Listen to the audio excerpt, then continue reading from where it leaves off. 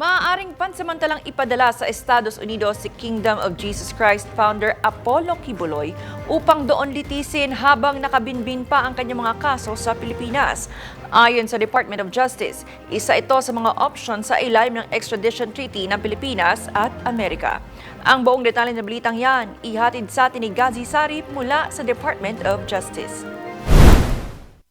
Maaaring pansamantalang isuko ng Pilipinas sa Estados Unidos si Kingdom of Jesus Christ founder Apollo Kibuloy upang doon litisin ayon sa Department of Justice.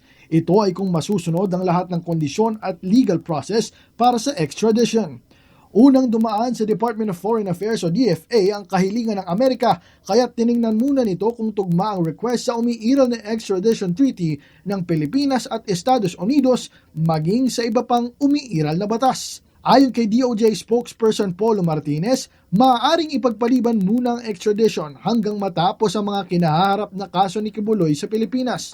Pwede rin umano siyang pansamantalang ipadala sa Amerika upang doon litisin. Depende sa magiging kasunduan ng Pilipinas at Estados Unidos.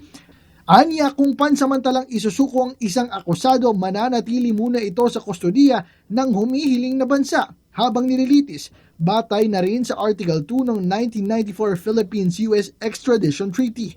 Dagdag pa niya, sakaling maisagawa na ang paglilitis sa Amerika, nakasaad sa kasunduan na dapat siyang ibalik sa Pilipinas alinsunod sa mga kondisyong napagkasunduan ng dalawang bansa.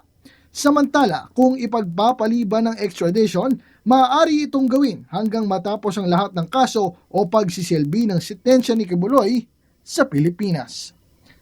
Mula rito sa Department of Justice, ako si Gazi Sarip para sa DATV News.